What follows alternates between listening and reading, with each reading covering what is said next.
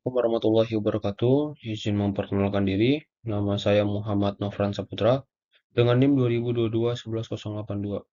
Jadi di sini saya akan memaparkan resume dari mata kuliah Sistem Kontrol Digital dan Optimal penugasan yang kelima, yaitu tentang desain controller digital dengan metode Bot diagram. Oke. Yang pertama ada konsep dasar. Jadi, desain kontrol digital dengan metode diagram bot merupakan pendekatan berbasis domain frekuensi yang digunakan untuk menganalisis dan merancang sistem kontrol diskrit. Metode ini memungkinkan perancang untuk mengevaluasi stabilitas sistem dengan kinerja dinamis melalui analisa margin gain, margin pass, serta bandwidth system. Diagram bot memberikan representasi grafis dari respon frekuensi sistem yang memudahkan dalam penyesuaian parameter controller untuk mencapai spesifikasi yang diinginkan.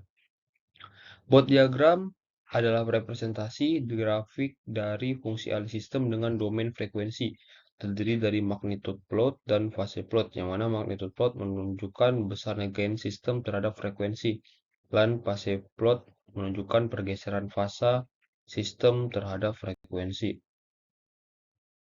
Oke. Untuk menganalisis stabilitas sistem dengan parameter gain margin dan fase margin, itu yang digunakan pada desain kontrol digital dengan metode diagram bot. Nah, lalu untuk gain margin itu adalah beda antara kurva magnitudo dan 0 desibel pada frekuensi yang menyebabkan sudut fasa. Lalu fasa margin adalah beda fasa antara kurva fase frekuensi dan 180 yang memberikan penguatan 0 desibel. Oke, berikut untuk gambar bot diagramnya. Jadi di sini itu terdapat ada dua diagram, ada magnitude dan fase. Nah, jadi untuk mencari dari gain marginnya itu, kita tarik garis horizontal ke kanan dari minus 180 derajat pada grafik fase. Jadi dari sini posisinya.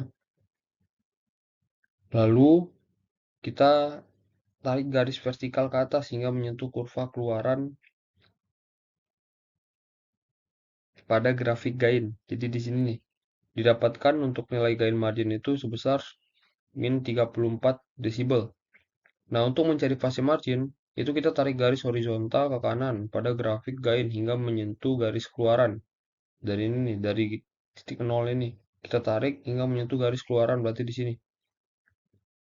Nah, lalu kita tarik garis vertikal ke bawah hingga menyentuh kurva keluaran pada grafik fase. Jadi di sini, ya. Jadi untuk nilai fasenya itu di sini. Hingga kita mendapatkan nilai fasenya. Nilai fasenya itu adalah 7,6. Oke. Lalu pada sistem border plot ini itu dia ada kondisi kestabilan, yaitu ada kondisi stabil marginal, dan kondisi tak stabil. Jadi kondisi stabil itu saat tercapai kedua parameter itu bernilai positif atau saat fase margin lebih besar dari gain margin. Nah, kondisi stabil marginal itu didapatkan saat kedua parameter itu bernilai 0 atau fase margin sama besar dengan gain margin. Nah, lalu ada kondisi tak stabil, yaitu kondisi saat kedua parameter bernilai negatif atau saat gain margin lebih besar daripada fase margin.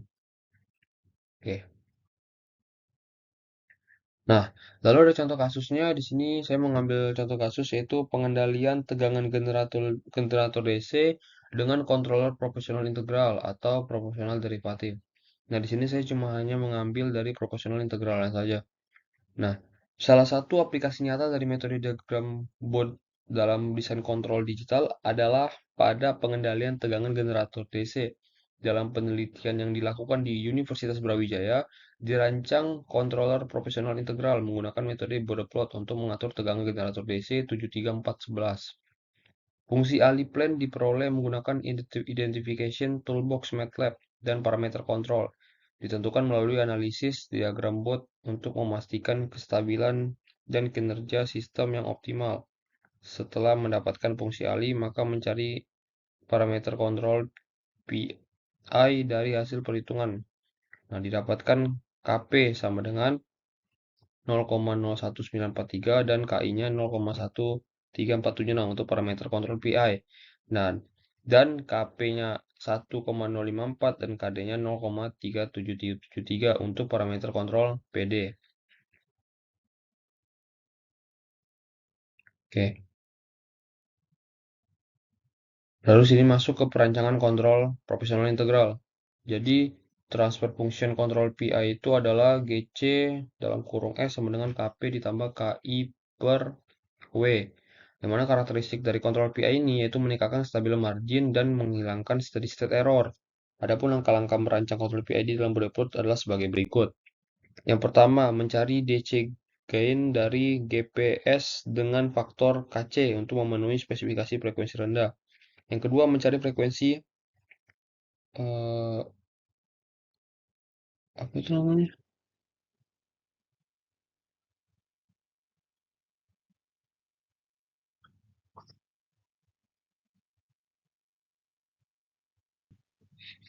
Oke, mencari frekuensi omega 1 pada saat sudut GP J omega 1 sama dengan dalam kurung min 180 derajat ditambah PM ditambah 5 derajat.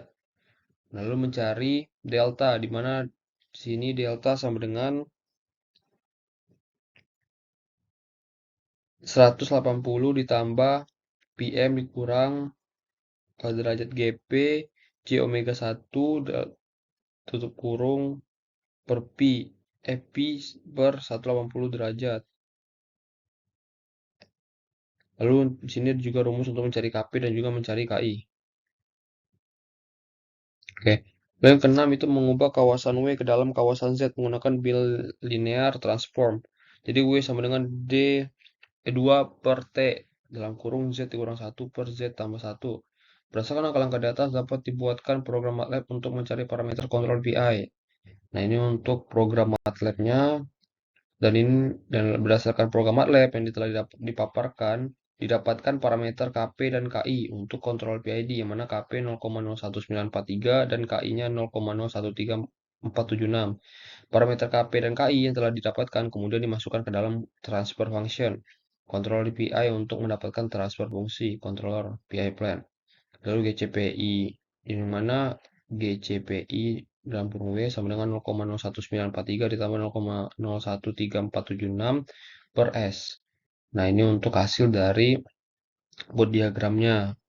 Ya, bisa kita lihat ya untuk mencari nilai gain margin tadi, tarik dari 180 minus 180 derajat, SS minus 180 itu dari kiri, dari narik horizontal ke kanan sehingga menyentuh garisnya, terus lalu naikin ke atas dan didapatkan hasil 26,5 desibel untuk gain marginnya dan passing marginnya itu di 61,7. Namun passing margin belum memenuhi spesifikasi, maka perlu penambahan controller derivatif.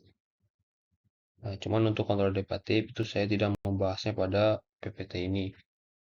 Nah, untuk kesimpulannya, metode diagram bot dalam desain kontrol digital sangat berguna untuk menganalisis karakteristik frekuensi sistem seperti gain margin, passing margin, dan bandwidth yang sangat penting untuk memenuhi kestabilan dan performa sistem.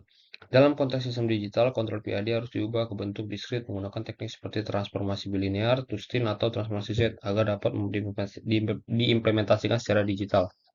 Dengan menggunakan metode bot, parameter PID dapat disesuaikan secara visual dan analisis sehingga sistem memiliki respon cepat, tidak overshoot, berlebihan, dan tetap stabil di berbagai kondisi.